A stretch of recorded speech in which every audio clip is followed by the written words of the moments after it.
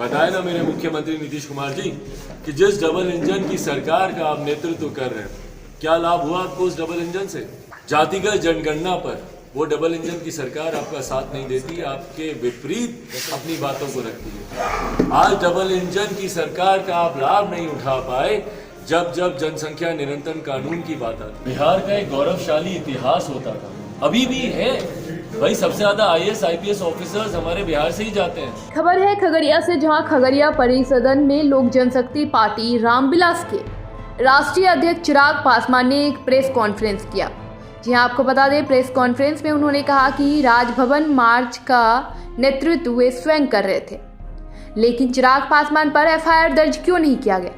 क्या बिहार सरकार चिराग पासवान से डरती है या फिर लोजपा रामविलास की एकजुटता को कमजोर करना चाहती है? वहीं उन्होंने आगे संबोधन में CM नीतीश कुमार से सवाल किया कि जहरीली शराब से मरने वाले किसी एक भी परिजन से CM को मिलकर सांत्वना देने तक का भी वक्त क्यों नहीं था। आइए सुनिए क्या कुछ कह रहे हैं चिराग पासवान। हमारे रिपोर्टर गीता कुमार की पूरी रिपोर्ट। बिहार को विकसित और आपके चुंगल से मुख्यमंत्री नीतीश कुमार जी रिहा नहीं करेंगे तब तक चैन की सांस हम लोग नहीं लेंगे। अब आपके कोई सवाल नहीं?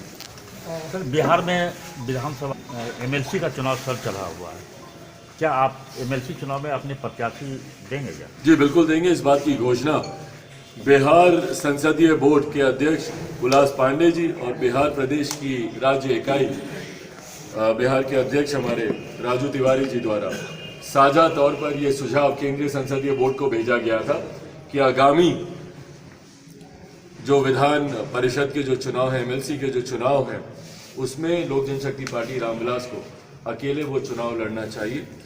और उनके सुझाव पर सहमति देते हुए केंद्रीय संसदीय बोर्ड ने ये फैसला लिया है कि MLC के चुनाव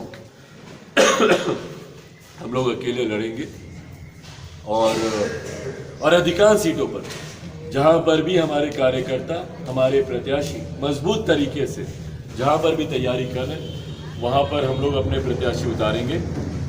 कई नामों पर चर्चा हो चुकी है, कई नाम तय कर लिए गए हैं। मुझे लगता है कि जब भी अधिसूचना आएगी, नोटिफिकेशन में विलंब का कारण मुझे नहीं पता, क्योंकि लंबे समय से अपेक्षित है कि अधिसूचना आनी चाहिए, पर जैसे ही ये अधिसूचना आएगी नाम साझा कर दिए जाएंगे।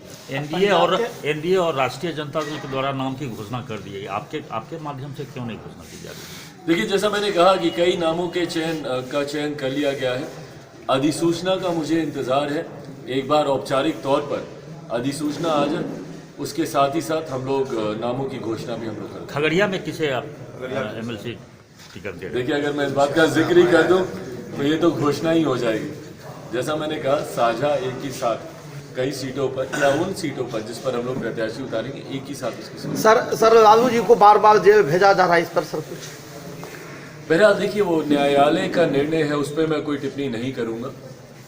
न्यायालय के फैसले का हर देशवासी सम्मान करते हैं। आदरणीय लालू जी स्वयं सम्मान करते हैं न्यायालय के फैसले का। इससे पूर्व भी जितनी बार उनको सजा हुई, उन्होंने अपनी सजा काटी और नियम था, जब जब वो बेल ले पाए उन्होंने बेल लेने का उन्होंने काम किया। तो बहरहाल इस बार भी न्यायालय के द्वारा उनको दोषी करार दिया गया है। सज़ा कितनी होती है नहीं होती है, पर हाँ ज़रूर मैं इस बात को मानता हूँ, उनकी उम्र, उनका स्वास्थ्य, जिस तरीके से पिछले दिनों मेरी उनसे व्यक्तिगत तौर पर भी मुलाकातें हुई, उसमें भी मुझे एहसास हुआ कि धीरे धीरे उनका स्वास्थ्य उतना बेहतर नहीं है जितना होता था।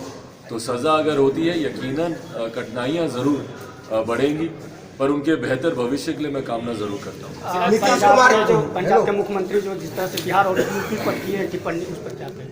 क्या चीज़? पंजाब के मुख्यमंत्री बिहार और यूपी पर जो टिप्पणी की है, क्या टिप्पणी की गई है? गलत व्यवहार का टिप्पणी किया गया, उस पर कौन से व्यवहार का? बिहारियों पर किया गया, दोनों पर किया गया।